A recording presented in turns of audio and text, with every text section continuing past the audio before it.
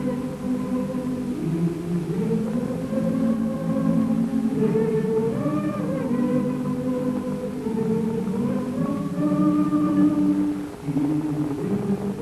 is the campus of Sophia, the Jesuit University in Tokyo.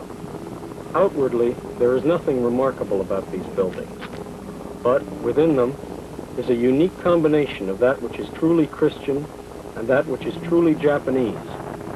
Today, the university is celebrating its 50th anniversary.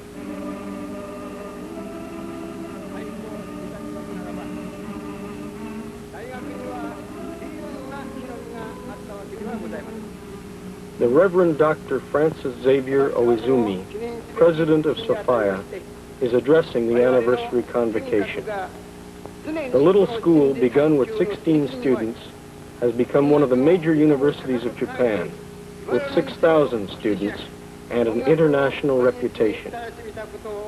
In a nation in which less than 1% of the population belong to any Christian denomination, Sophia has faced an unusual challenge. 手を差し伸べられた壁に満行の感謝を捧げるものであります。我々といたしましては、緊縮という与えられたこの好機に本学に寄せられた皆様の温かい Honoring Sophia today are the leaders of Japan, members of the diplomatic corps, presidents of other Japanese universities, scholars, industrialists, and most important, the students themselves. None of this happened by accident. This educational bridge between East and West was already in the mind of the Jesuit saint Francis Xavier when he was making the first Japanese converts in the 16th century.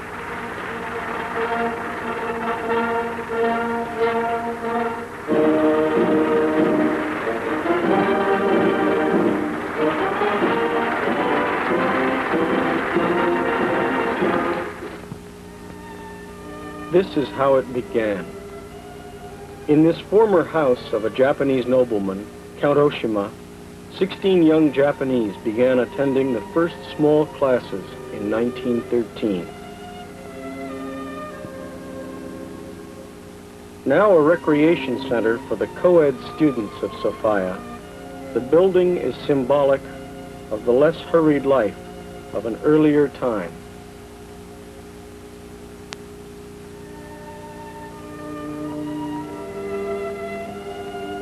Although it is hard to comprehend today, a house as Western as this was considered quite an innovation at the turn of the century.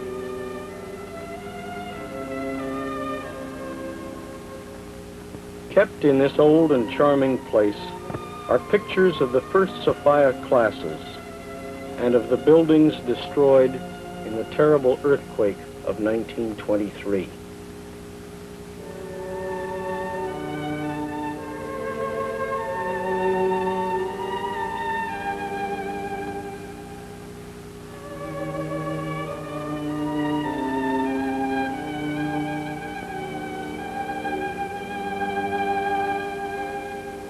The Japanese personality is inseparable from its love of nature.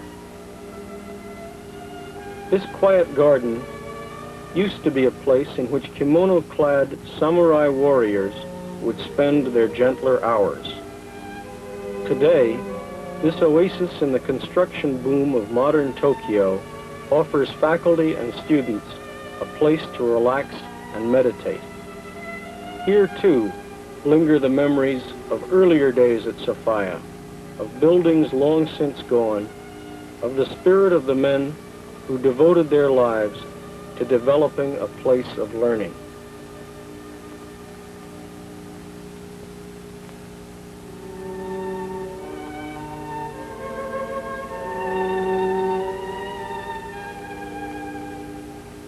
These are pictures of Father Hermann Hoffmann, the German Jesuit who founded Sophia. Taking up the study of Japanese at the age of 45, this remarkable man, before his death in 1937, had succeeded in making a good-sized college out of his original one-house, 16-student school.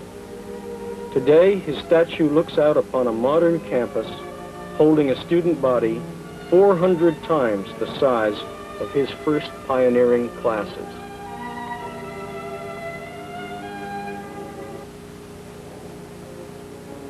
But despite the efforts of individual men, history was working against Sophia in the 1930s. The Japanese militarists, totally in control of the nation, began to empty the classrooms to find soldiers for their campaigns in China.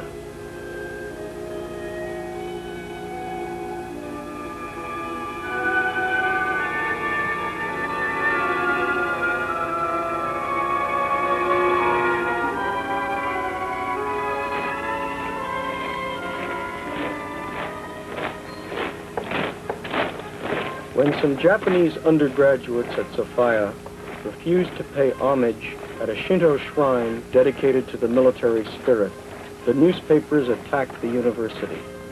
These headlines of the Times created a situation in which it seemed Sophia might be closed and 20 years of work totally destroyed.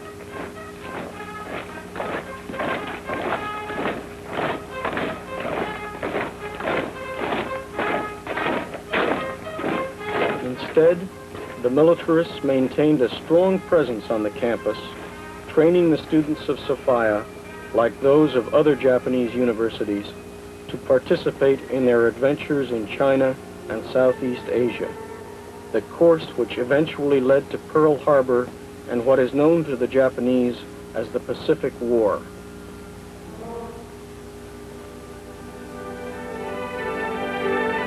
The nightmare passed.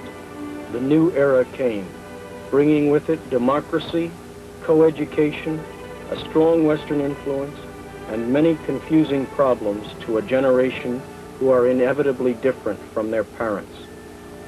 The young Japanese freshman at Sophia today is 4 inches taller than his father due to the post-war diet.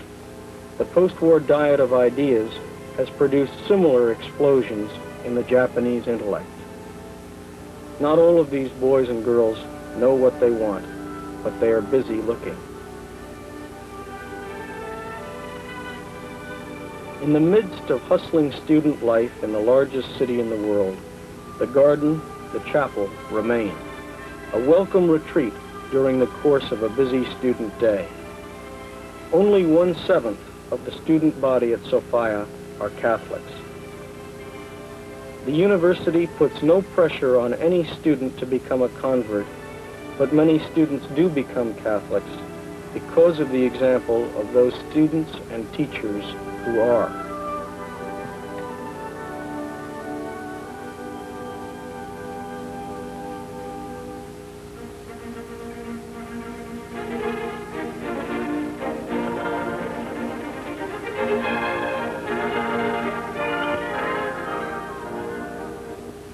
The Japanese like to have their parties outdoors when it is possible. Among Japanese universities, Sophia is noted for the warmth of feeling that exists on campus, the loyalty of the alumni, and the close ties between faculty and students. To the Japanese, a university embodies an extension of the idea of the family. And education is measured not purely in grades, but in terms of the development of character and the acquisition of friends and happy memories.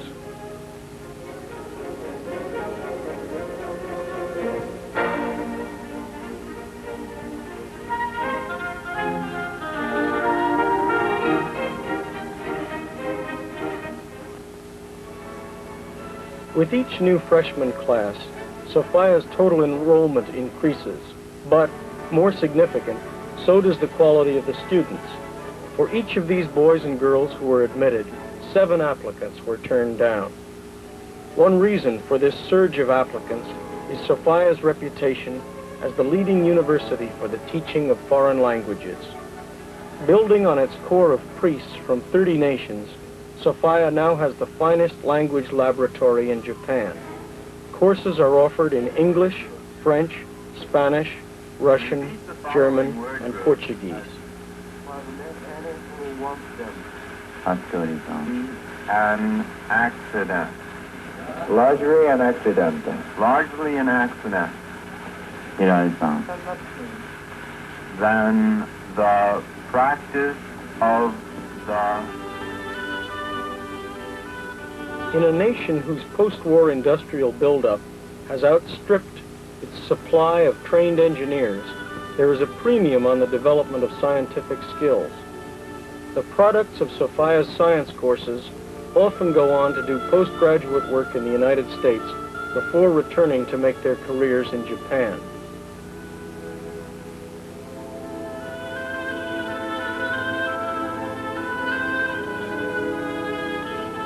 A faculty of 400, 100 of them foreigners, keeps Sophia a university which is truly Japanese and yet which supplies a strong and useful Western influence. In all, Sophia annually offers 600 courses to its students. Many of the foreign instructors are totally fluent in Japanese and teach in that language. In other courses, the emphasis is placed on requiring the students to be able to comprehend complicated philosophical thought as it is explained in another language. Western teachers continually remark on the freshness and originality of Japanese reactions to Western classics.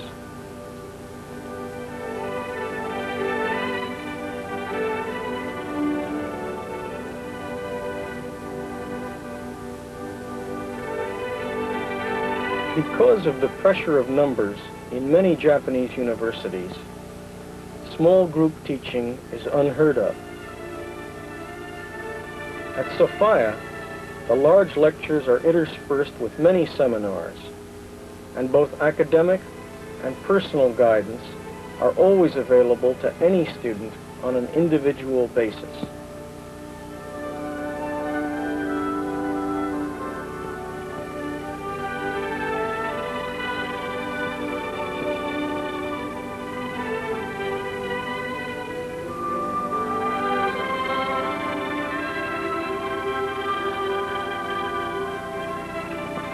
One of Sophia's new buildings offers a large lecture hall for students from several departments who are here attending a lecture in a subject of broad interest and application.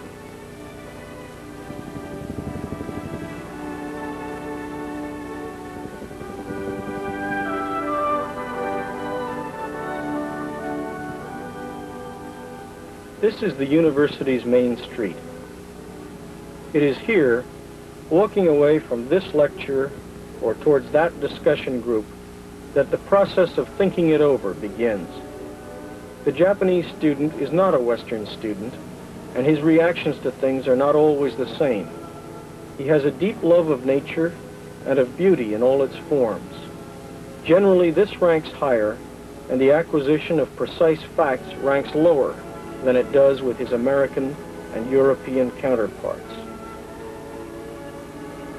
His intelligence is as high as that of any student in the world.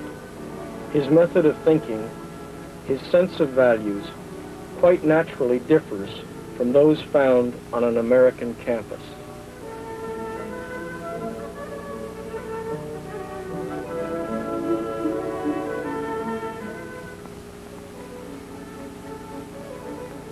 Sophia's library has some unusual assets. Included in the vast collection of books are 200,000 volumes written in non-Asian languages, one of the largest collection of Western books in the Far East. In this reference room, Japanese textbooks line one wall, opposite their counterparts in 20 other languages. These stacks serve not only the Japanese undergraduates, but this is also a storehouse of information for the Western scholar interested in the Far East. If he can read in Japanese, a whole world awaits him here.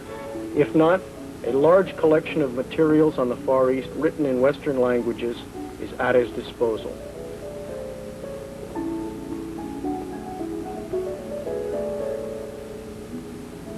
Trained librarians, able to read several languages, supply everything from a translation of Shakespeare into Japanese to a translation of Confucius into English. In the main reading room, 400 students can be accommodated at one time.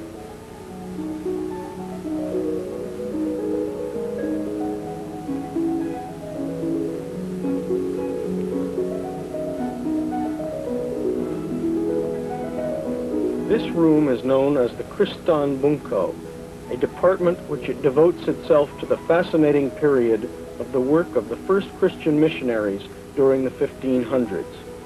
Here scholars find the original documents of the era before the religious persecutions which led to the closing of Japan until the mid-19th century.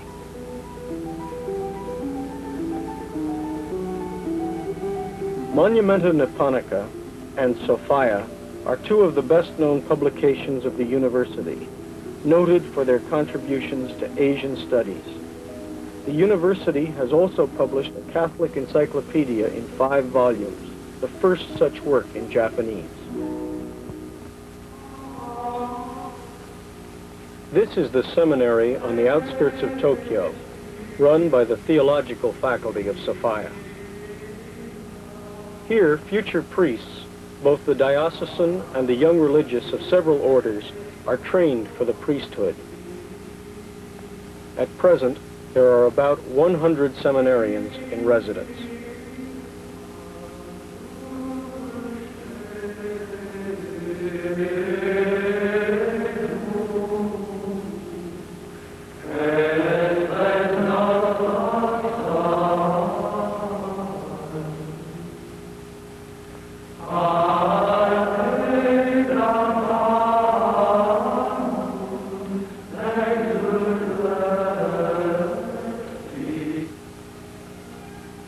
One more of Sophia's unique departments is the International Division.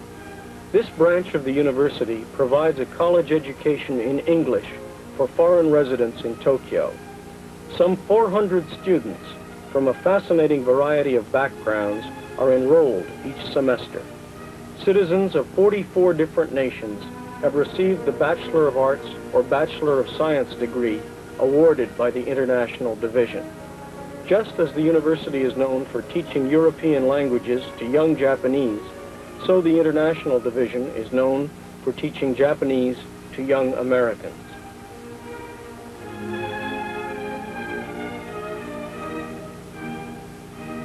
Yet another kind of activity is shown in this group. In the first program of its kind in the Far East, the Sophia Summer Session annually brings a plane load of Americans to Tokyo for a combination of lectures in Asian studies and the opportunity for a first-hand look at Japan. Here, the participants from all over the United States watch Hideo Honda, one of the leading Japanese actors, don the mask for a demonstration of the No drama, one of Japan's ancient art forms.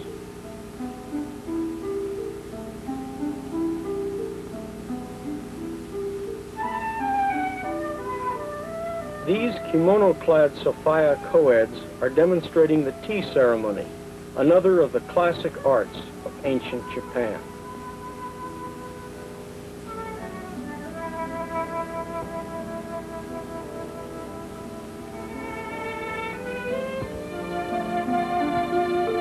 Sightseeing is also a part of the program.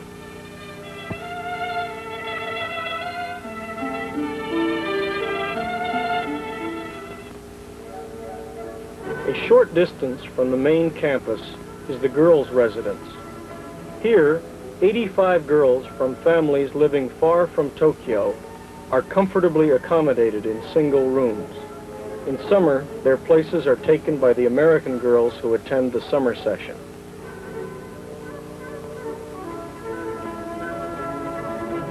Sophia House, the men's dormitory, is home for 300 students who live 2 to a room.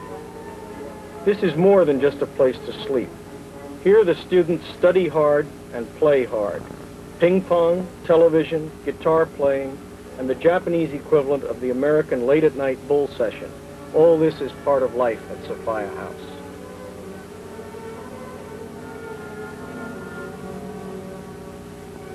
The giant cafeteria, capable of feeding 800 students at a time, acts as a meeting place for the great majority of students who do not live on campus. Between classes, they drink tea, or coffee, or Coca-Cola, and catch up with each other's activities. Around these tables, one group may be planning a hiking expedition, and the next one writing a letter to the editor of a Tokyo newspaper. The conversation runs from politics to tennis.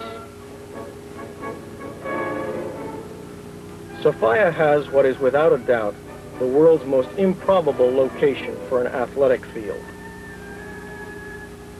All these sports, plus baseball and a golf driving range, are conducted on the drained-out bottom of the vast outer moat of the Imperial Palace grounds.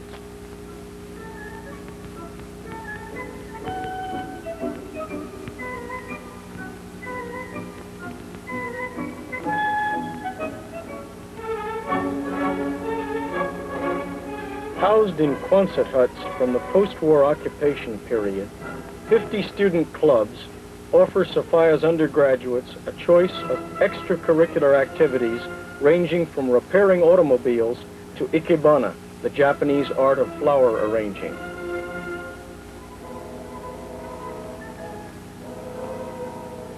From these Quonset huts come student newspapers and magazines written in English, Spanish, French, and German.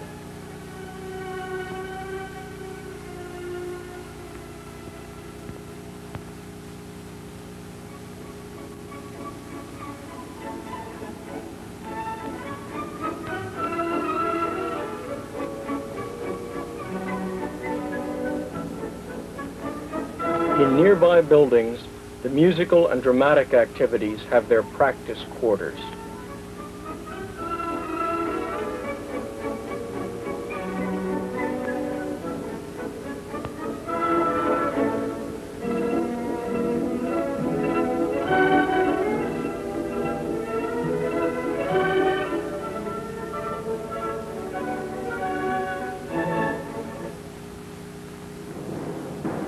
The biggest event in the school year is the annual Sophia Festival, held in November. Every group in the university swings into action to show itself to best advantage and to entertain the thousands of visitors who pour onto the campus. Teachers assist the students in making the best presentation of the school's equipment, ranging from scientific devices to an art exhibition. There are concerts, plays, judo exhibitions, debates, speeches, parties, and more parties.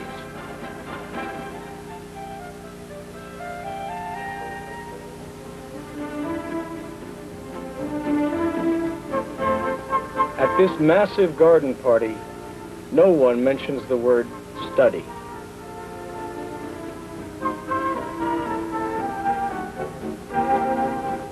In the booths put up by the different clubs, one can eat Russian food cooked by the Russian Studies Club or be serenaded by Spanish guitars.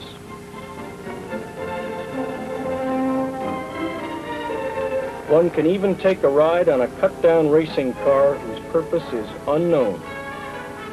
A visiting band from an American high school at a United States base in Japan alternates with dancers from Korea in entertaining the guests as Sophia makes its not-so-modest effort at putting on the greatest show on earth.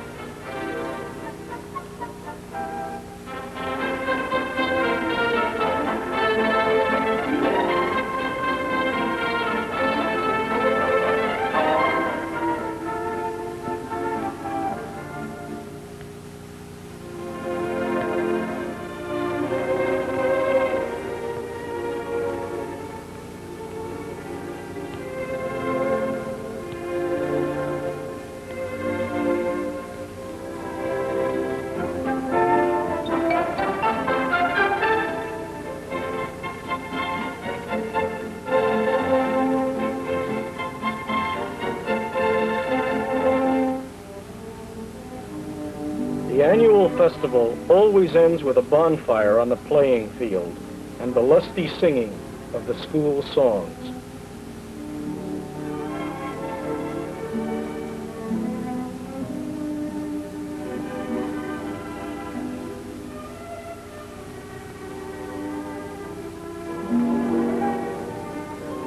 A Sophia morning